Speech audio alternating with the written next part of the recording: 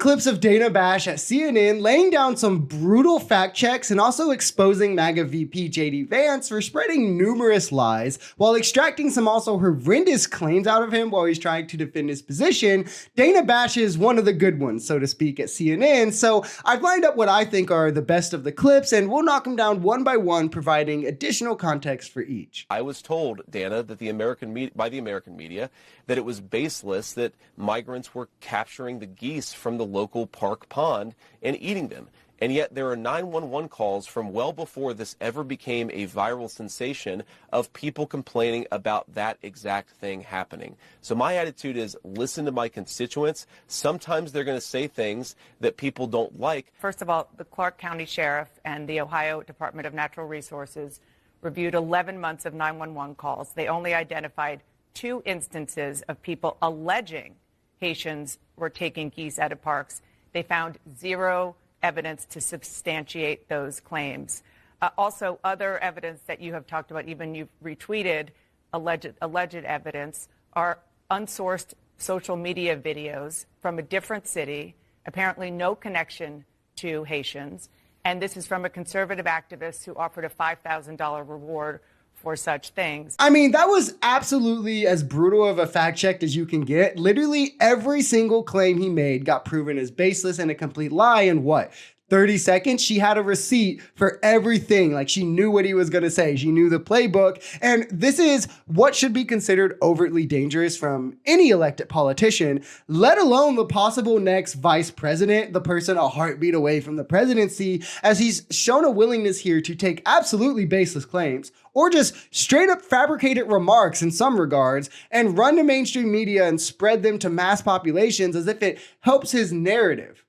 I mean, what else would he lie about? That should be the next question, because these people clearly have no shame, no morality. It's just whatever will prove me right. I don't care if it's unverifiable claims on social media by random people or verifiably false things I'm making up. It's sick and disgusting, and made even worse that he's doing it to further harm brown communities in hopes that it'll win them a couple extra votes over the border. And these remarks have directly led to 2 schools in that district being targeted by bomb threats, in the populations where Haitian immigrants make up a decent portion of it, where the motive is directly tied to the remarks that he is making here. I talked about it because you were ignoring this community. My constituents talked about it. Have you been to my Springfield? Responsibility to surface their concerns when the American media Have you been to ignores it. Springfield? Dana, I've been to Springfield probably 100 times in my life. How about I've taken recently, my children since to you've get heard ice this? cream at Young's Jersey Dairy. Have you heard recently since you've gotten these calls? Have I been in the last 4 days? No, I I'm haven't talking been about in the last 4 days, but I've since talked you've to a lot gotten of these people calls in from the Springfield, Dana, constituents. and they're telling me this stuff is happening. This was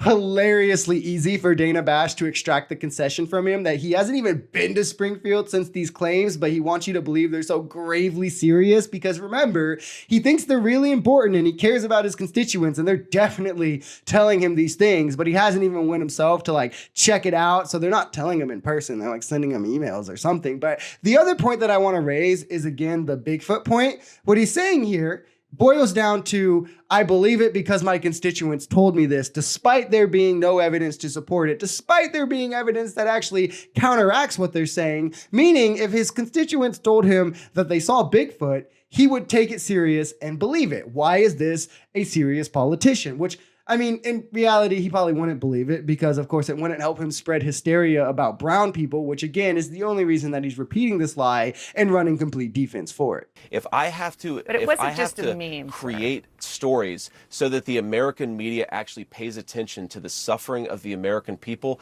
then that's what I'm going to do, Dana, because you guys are completely letting Kamala Harris coast. You had one interview with her. You talk about pushing back against me, Dana. You didn't push back against the fact that she cast the deciding vote on the Inflation Reduction Act, which is why a lot of Americans can't afford food and housing. You just said that you're be creating talking a about story. public policy.